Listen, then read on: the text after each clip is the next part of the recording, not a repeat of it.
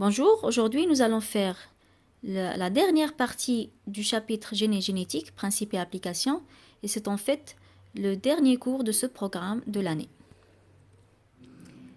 Alors, quelles sont les applications de la génie génétique?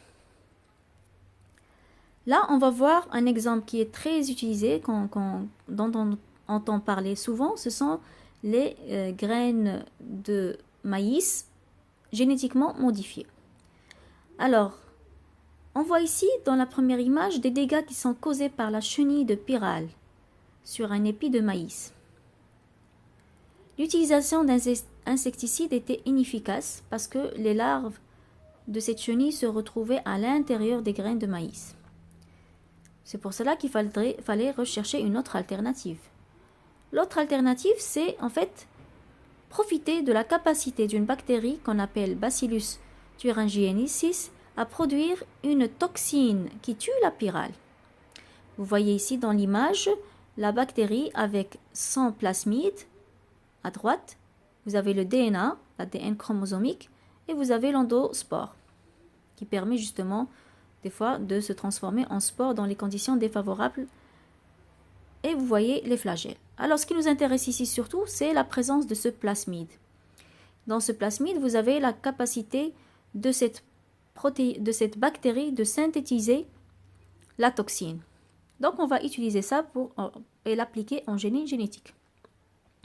Voilà, on prend le Bacillus thuringiensis, on prend son plasmide et on va utiliser la technique de biolistique, c'est-à-dire l'utilisation d'un canon projetant le gène insecticide dans les cellules de maïs.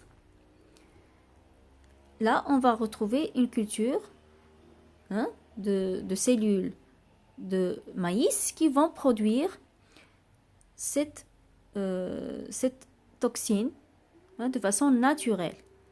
On aura ainsi régénération de plantules qui sont modifiées et production de maïs qui est naturellement, entre guillemets, parce que quand même on a fait une intervention, résistant à l'insecte ravageur. Donc d'autres applications qu'on va voir maintenant, ce sont dans le domaine de la santé. On va voir le premier, c'est la production industrielle de l'hormone de croissance. Alors c'est quoi l'hormone de croissance? C'est une hormone protéique de 191 acides aminés qui permet justement la croissance des individus et surtout des enfants. Et il y a des enfants qui sont carencés et qui n'arrivent pas à produire cette hormone.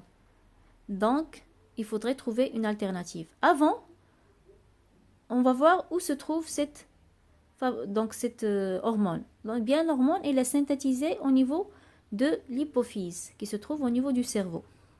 Donc, avant qu'il y ait recours à la génétique, on utilisait juste les cerveaux de personnes qui ont été morts. On extrait de l'hypophyse l'hormone et on l'utilise pour les enfants. Mais ça a montré qu'il y avait des conséquences graves à cause des pathologies qui sont possibles au niveau du cerveau de la personne qui est morte. Donc il fallait rechercher là aussi une autre alternative. Et c'était quoi? C'était la production industrielle en utilisant justement la génie génétique. Et on va voir comment. Et bien pour cela, on va utiliser encore une fois une bactérie qui s'appelle Escherichia coli. Donc cette bactérie-là, elle a la capacité de se multiplier d'une façon très, on va dire, spectaculaire, ce qui va permettre de nous produire cette hormone d'une façon très massive. Donc on va voir le processus maintenant.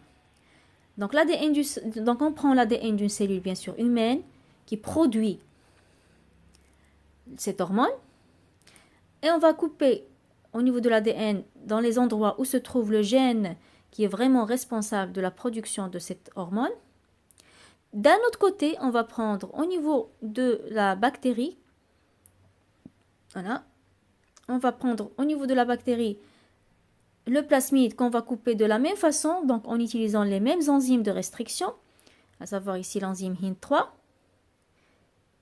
On pourra après construire un nouveau vecteur, c'est-à-dire que le plasmide qu'on a pris de la bactérie E. coli, on va lui insérer la portion de gène qu'on a pris de la cellule humaine. Et après, on va réintroduire ce plasmide qui est devenu maintenant recombiné, c'est-à-dire on a ajouté un nouveau gène dans la bactérie. Et bien sûr, la bactérie, elle va se multiplier de façon naturelle, hein, multiplication. Le colis, elle se multiplie de façon très massive. Et elle va nous donner plusieurs bactéries.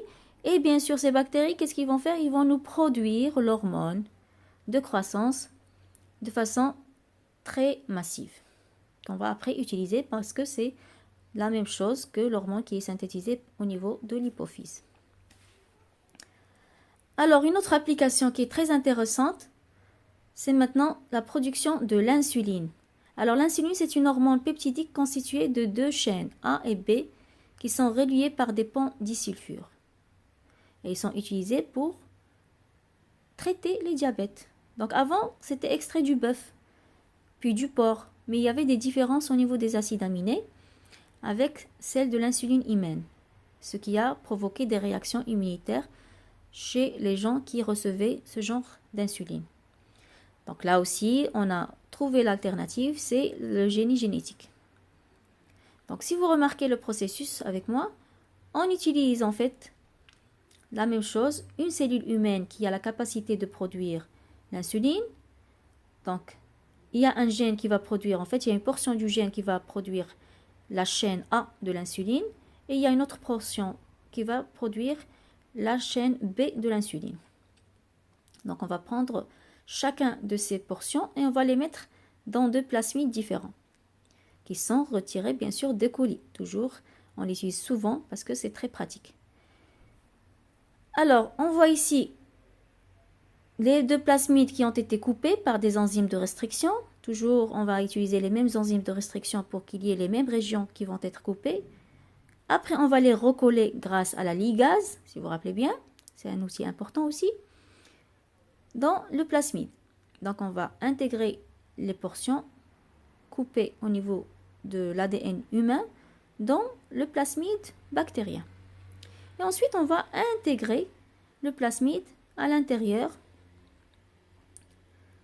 de la bactérie de façon naturelle. Donc, il va pénétrer ou bien en utilisant donc ce que nous avons vu comme technique pour insérer le plasmide à l'intérieur de la bactérie. Donc, soit on utilise l'amplification in vivo ou in vitro et ainsi de suite. Donc, les techniques que nous avons vues avant. Et ensuite, bien sûr, on va assister à une multiplication de la bactérie dans son milieu de culture. Donc, l'une va nous donner la chaîne A de l'insuline humaine et d'autres, il va nous donner la chaîne B de l'insuline humaine. Donc, après, on va récupérer, bien sûr, les fragments de chaîne A et B et on pourra les reconstituer sous forme d'insuline grâce justement à la formation de ces ponts disulfure. Voilà, donc ainsi, on a pu avoir une insuline qui va servir pour les gens qui sont malades de diabète. Alors là, il y a d'autres applications, mis à part ces deux qu'on vient de voir, à savoir en agriculture le maïs et aussi la formation de l'insuline humaine et aussi l'hormone de croissance. On a d'autres applications, à savoir dans l'élevage par exemple. On prend une espèce donneuse qui nous donne un caractère qui nous intéresse, comme ici l'anguille, elle a une croissance qui est continue. On sait que le saumon a une croissance saisonnière. Donc on va prendre le gène codant de la protéine responsable de la production de l'hormone de croissance et on va l'intégrer dans une cellule de l'espèce receveuse qui est celle du saumon. On va obtenir à la fin du saumon à croissance plus rapide grâce à la production continue d'hormones de croissance. Une autre application, c'est pour les gens qui sont atteints de mycoviscidose. Cette mycoviscidose, c'est quoi? C'est une gêne respiratoire qui est due à une excrétion non contrôlée de l'humus au niveau des voies respiratoires et qui donne une grande gêne chez les gens qui sont atteints de mycoviscidose et ça peut même aller jusqu'à la mort. Donc, ils ont utilisé la génie génétique pour fabriquer un mucus qui est plus fluide.